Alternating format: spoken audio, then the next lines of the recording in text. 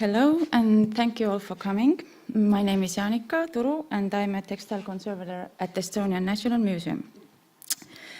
I'm here today to share with you an extremely poisonous discovery in a textile point of view.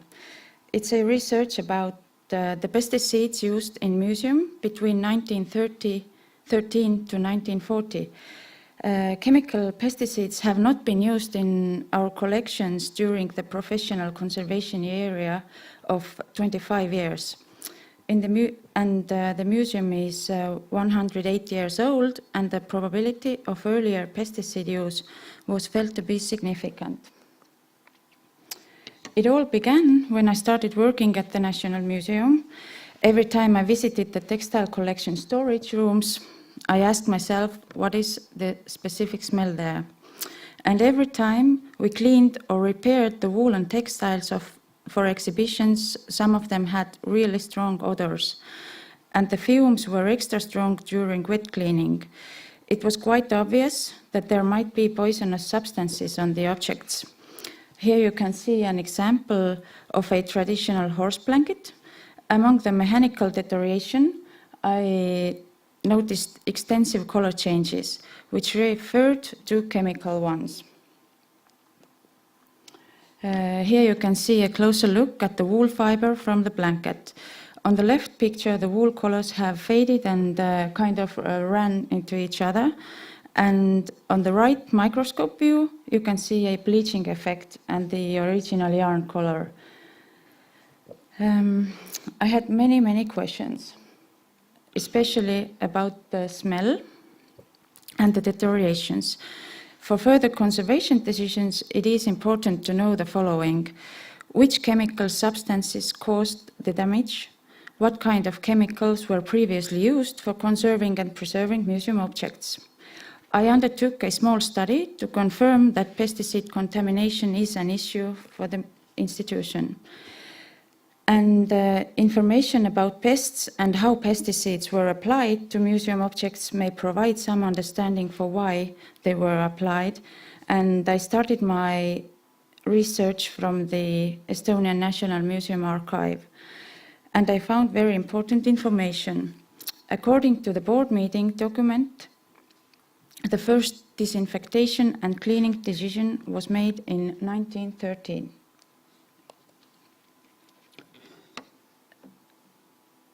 The first pesticide used in museum was a chemical with trade name dineolin, which refers to the carpet beetle Dineola picelliella in Latin. The insects that are most commonly associated with museum textiles are clothes moths, because the food source within the object and the environmental conditions are desirable to the organism. Information reported in museum documents that huge amount of petroleum was purchased. Hopefully it was primarily used as lamp oil, but there was also reported that petroleum was brushed on museum collections. It was used for disinfectations since 1914 to 1919. On the same period of time, naphthalene was most commonly used fumigation agent. It might have given a long-term effect and protection against pests, but only in high concentration. But the problem is that in the recrystallization process from gaseous to solid is one of the main reasons of textile color changes. Naphthalene has extremely strong and specific smell. Besides the disinfectation treatment substances in Estonian National Museum, the purchase lists reveals many other materials used for conservation, such as package paper, soap, washing soda, yarn, fabric, brushes, and even turpentine. In the years of Estonian War of Independence, in 1918 to 1920, usual museum activity was almost in abeyance. Even so, the next decade, from the conservation point of view, started positively. Museum started working in a new building in Radimanor and had a new director and a new working spaces. In the year 1922, along with moving collections, In the year in 1922, along with moving collections, they started to establish conservation and disinfection rooms.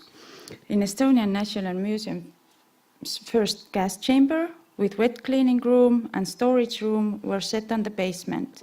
Other conservation working spaces were set on above stairs on the second floor. Information regarding to the use of pesticides and fumigants on museum collections is important to the understanding of past methods of care, historical treatments and chemical alterations, as well as present health hazards. According to the museum documents, the gas disinfection of collection took place approximately 5 times in a year. Likewise, wet and dry cleaning were common care methods. Archival sources say that textiles were washed with soap and washing soda or chemically. What chemicals exactly were used as wet cleaning is not reported. In the 1920s, the petroleum was not used on objects anymore. New repellent took place in the list of pesticides. Camphor. It is a waxy flammable white crystalline solid with a strong aroma. It is found in the wood of the camphor laurel, and the industrial production of camphor began in 1907. It is believed to be toxic to insects and is thus sometimes used as a repellent. Camphor is used to make mothballs and was put into the corners of the storage cupboards or between clothes. Documents dated from the 1928 describes the use of white inorganic powder, arsenic trioxide. It was reported that certain amount of phenogric furs were treated with arsenic. Arsenic trioxide was used as a wood preservative, fungicide, herbicide, and pesticide. Arsenic compounds retain their toxicity, and once treated, objects containing arsenic can probably never be fully decontaminated.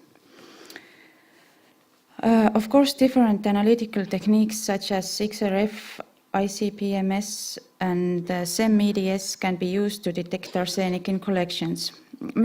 Most museums do not have the access to the technology, but it is not always necessary, as spot tests provide an alternative method to detect the presence of arsenic. The other new pesticide formulation used in 1920s had a trade name woollen. It is an organochlorine liquid pesticide, and the common form of application for it was directly sprayed on or dip soaked. Museum ordered it from Germany, especially for moth-proofing woolen textiles, and woollen was also widely used in many other countries and is also known as Edolan U in America and woollen U33 in Europe. As reported, all museum woolen textiles were impregnated with this organochlorine. About 30 woolen textiles, fall clothes, mittens, and stockings were shown in Brussels Art Fair in 1929. According to the museum curator diary, the objects were sprayed twice a week with flit. It is a toxic repellent. It is basically mineral oil, including 5% of DDT. Museum continued to use all aforenamed pesticides and repellents in the next decade in 1930s. According to the yearly museum activity reports, the collections were constantly fumigated in gas chamber and impregnated. Basically, textiles with woollen, probably, and they started tests with naphthalene and benzene on wood.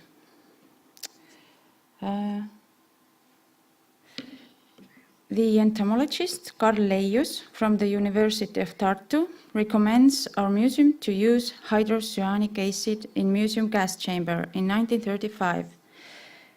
He organized gas disinfection in Estonian National Museum in the area of 5 years. The gas had a trade name Zyklon. Hydrogen cyanide is colorless, extremely poisonous and flammable liquid. It also has a strong bleaching side effect.